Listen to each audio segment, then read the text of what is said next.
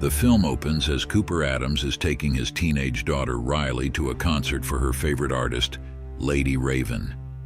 Through their conversation, it is learned that Riley is having issues at school with other girls, in particular, a girl named Jody. As the concert begins, Riley and all the other girls go wild when Lady Raven takes the stage. Cooper excuses himself to go to the bathroom, where he checks his phone. He looks through a camera app to check in on his captive victim, Spencer Gordon. On his way out, he runs into Jody's mom, who wants to try and sort things out between the girls. Cooper does what he can to get her off his back before returning next to Riley. He then looks up at the balcony and sees a lot of police coming into the venue. During a break, Cooper and Riley go look for a souvenir t-shirt, but another girl takes the last shirt. Cooper talks to the salesman, Jamie, over getting another shirt, before he asks about the high level of police. Jamie quietly tells Cooper that the police were tipped off that a serial killer known only as the Butcher is said to be in attendance at the concert that day, and the arena is surrounded by cops to ensure that the killer cannot get away. Cooper smiles it off, but since he is the Butcher himself, he realizes he needs to start thinking fast. While walking back with Riley, he knocks a drunk woman down the stairs to create a distraction, passing it off as he being too tipsy to stand. The two return for Lady Raven's next song, which is done in collaboration with another artist named Parker Wayne. Cooper notices Parker coming from under the floor and jokingly suggests to Riley that they sneak in to see what's underneath, but she thinks her dad is being weird. He then goes back to meet Jamie, who walks him to the storage room to get a shirt for Riley. Jamie mentions that he has followed the Butcher's crimes as a fan of true crime stories. After some conversation, Cooper swipes Jamie's ID card. Cooper uses it to sneak into the break room where the police are being instructed to look out for the Butcher.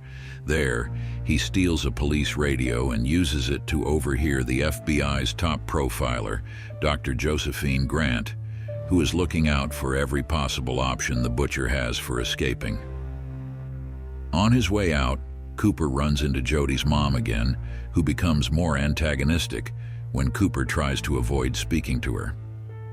He finally agrees to have Riley and Jody go out for pizza so her mom can go away. Knowing that the police will be expecting him to create chaos to escape, Cooper poses as an arena employee and throws 2 glass oil bottles into a boiling fryer, and an unfortunate employee walks past as the bottles explode, covering her with scorching oil and severely burning her. He then goes to the roof and finds 2 SWAT officers there, but he fools them by showing his ID, which he stole from Spencer, as well as using the code word every employee is supposed to know, Hamilton. After going back into the show, Cooper learns from Riley that Lady Raven picks a girl in the audience to be the Dreamer Girl to dance to the song of the same name. Cooper talks to a spotter who also happens to be Lady Raven's uncle. Cooper makes up a story about Riley recovering from leukemia, which touches the man enough that he pulls some strings and gets Riley to be picked as the Dreamer Girl. They are escorted to the backstage, where Cooper keeps an eye out for Grant and the officers. Riley goes up next to Lady Raven when she is called, and both Jody and her mom are pissed. After the song, Lady Raven does one final performance with fellow artist The Thinker, while Cooper helps a girl who was about to faint and takes her into the medical tent. Cooper and Riley are brought to the back by the tour manager so that they can meet Lady Raven. Cooper overhears through the radio that Grant is instructing the officers to check every male visitor before they leave. Realizing he is screwed, Cooper privately speaks to Lady Raven and reveals himself as the Butcher.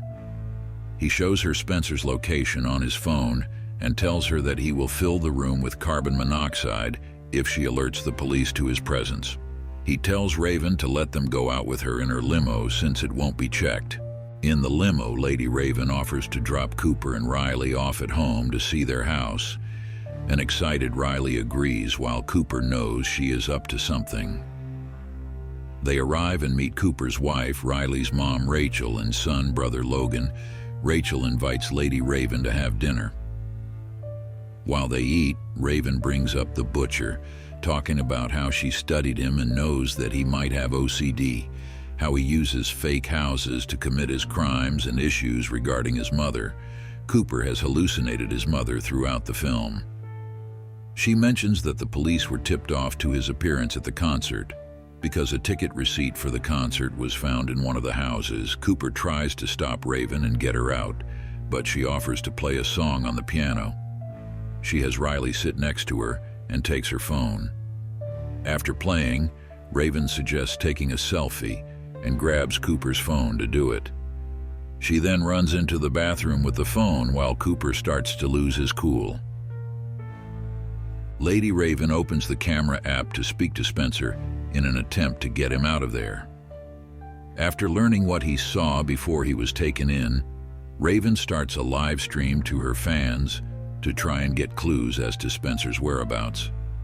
One fan points out living near the place described, a broken lion statue near a house with a blue door, and Raven tells her to call the police. She also texts her driver to do the same. With Rachel questioning things, Raven tells her that her husband is the butcher. Cooper then unlocks the door after furiously pounding on it, and his wife and kids are nowhere to be found. He looks at his phone and sees that Spencer is also no longer locked up. Cooper prepares to have Raven cuff herself as they prepare to escape. She then starts trying to speak to him as though she were his mother, which doesn't fool Cooper but gets him to admit that he was always planning to do one last crime before committing suicide. When he opens the garage door, Rachel is standing outside with Riley and Logan. Raven exits the car and stands near them as police and SWAT arrive at the house. Cooper closes the garage door and escapes through an exit leading into the neighbor's yard. Cooper disguises himself as a SWAT officer to get into Raven's limo and drive away with her, and Cooper handcuffs her to the door. When they drive into town, Raven is able to open the window to draw fans to surround the limo. She is then able to pry the cuffs off the handle and free herself. The police arrive just in time and shoot the limo's tires to prevent Cooper from getting away. They shoot the door, but only find the SWAT uniform propped up, and Cooper is gone once again. Lady Raven is escorted to Spencer's whereabouts. She greets and thanks the fan that alerted the police before going over to the distraught Spencer, who is safe and thankful to Raven.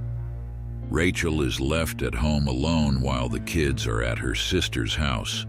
Cooper shows up to finish her off, since he has come to realize that he wasn't doomed to be caught starting at the concert, but that someone close to him had to be the one to tip off the police. Rachel admits that she caught on to Cooper's suspicious behavior, thinking he was having an affair. It started to click when she noticed him smelling like cleaning chemicals, which would not be unusual since he is a firefighter, but they smelled more like the ones used in hospitals. Rachel found one of the fake houses, which were buildings condemned for fire hazards, and planted the ticket receipt there before tipping off the police. Cooper plans to kill Rachel, but she offers him pie that she made as a celebration for Riley. Cooper eats a slice before realizing that Rachel laced it with drugs. He starts to lose consciousness and hallucinates seeing his mother one more time before officers show up and tase him repeatedly until he finally goes down. Cooper is being arrested just as Riley and Logan are brought home. Riley tearfully hugs her father goodbye before he is hauled off. He stops to prop up Riley's old bicycle. After the police leave the scene, the camera pans over to the bike to see that one of the spokes is missing.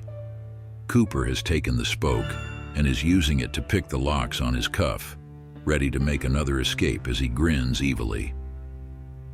Before the credits roll, Jamie is at home seeing the news about the butcher's capture. After seeing that it's Cooper, Jamie starts to freak out.